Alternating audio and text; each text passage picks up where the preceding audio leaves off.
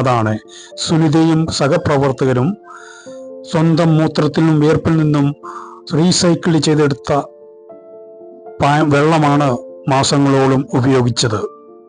വീഡിയോയുടെ അവസാനം മൂത്രത്തിൽ നിന്ന് എങ്ങനെ വെള്ളം ഉൽപ്പാദിപ്പിക്കാം എന്നതിൻ്റെ ഒരു 3D ഫ്ലോ ചാർട്ട് യൂറോപ്യൻ ഏജൻസിയുടെ ഫ്ലോ ചാർട്ട് കൊടുത്തിട്ടുണ്ട്. ശ്രദ്ധിക്കുക.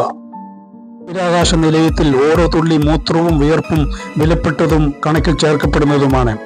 യാത്രികർ പിന്തള്ളപ്പെടുന്ന മൂത്രവും വിയർപ്പും മറ്റ് ഈർപ്പവും AC-യിൽ നിന്ന് വരുന്ന വെള്ളവും ഒരു ടാങ്കിൽ എത്തിച്ച് ആ ടാങ്കിലെ വെള്ളം മൾട്ടി ലെയർ ഹൈടെക് ഫിൽട്രേഷൻ സിസ്റ്റത്തിലൂടെ കടത്തിവിട്ട് എല്ലാ കണ്ടാമിനേഷനും അകറ്റി മൈക്രോഗ്രാവിറ്റി ഡിസ്റ്റിലേഷൻ നടത്തി വെള്ളത്തിന്റെ തന്മാത്രകളെ വേർപെടുത്തി കണ്ടൻസേഷൻ നടത്തി UV ട്രീറ്റ്മെന്റ് കൊടുത്ത് സ്റ്റെറിലൈസേഷൻ നടത്തി എല്ലാ മൈക്രോ ഓർഗാനിസത്തെയും ബാക്ടീരിയയും ഉന്മൂലനം ചെയ്ത് ഇന്ന് ഭൂമിയിൽ ലഭിക്കുന്നതിനേക്കാളും അപ്പുറം ശുദ്ധമായ വെള്ളം അവിടെ ഉൽപ്പാദിപ്പിക്കുന്നു എന്ന സത്യം നിങ്ങൾ അംഗീകരിക്കുമോ?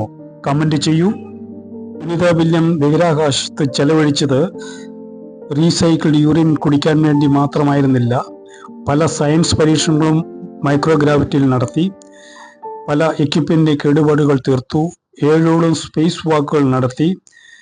ബഹിരാകാശത്തെ ട്രെഡ്മില്ലിൽ ബോസ്റ്റൺ മാരത്തോൺ ഓട്ടമോടി റെക്കോർഡ് സൃഷ്ടിച്ചു.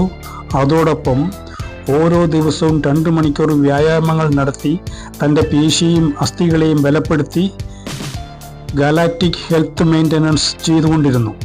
സുനിത വില്യം സ്വന്തം ശരീരം തന്നെ ജലസ്രോതസ്സാക്കി മാറ്റി കാണിച്ച ഈ ശാസ്ത്രീയ നീക്കത്തിലൂടെ ലോകത്തിനും മനുഷ്യരാശിക്കും വേണ്ടി ഒത്തിരി വഴികളും വാതിലുകളും തുറന്നു കൊടുത്തിരിക്കുന്നു.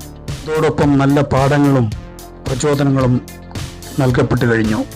സുനിത വില്യം പറയുണ്ടായി, ഞാൻ കുടിച്ചത് റീസൈക്കിൾഡ് യൂറിൻ ആണെങ്കിലും വെള്ളത്തിൻ്റെ അതേ സ്വാദും മണവുമാണ്. ബഹിരാകാശ നിലയത്തിലെ വെള്ളം കുടിക്കാൻ നിങ്ങളും താല്പര്യപ്പെടുമോ? കമന്റ് ചെയ്യൂ.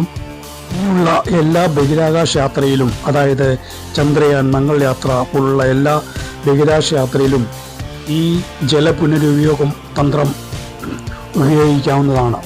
ഇതിലും പ്രചോദനം നൽകുന്നത് എന്താണ്? മാലിന്യത്തിൽ നിന്ന് സുരക്ഷിതമായി വെള്ളം സൃഷ്ടിക്കുന്നതിനായി ഭൂമിയിൽ വരൾച്ച സാധ്യതയുള്ള പ്രദേശങ്ങളിൽ ഇതേ സാങ്കേതികവിദ്യ ഇപ്പോൾ പരീക്ഷിച്ചുകൊണ്ടിരിക്കുകയാണ്.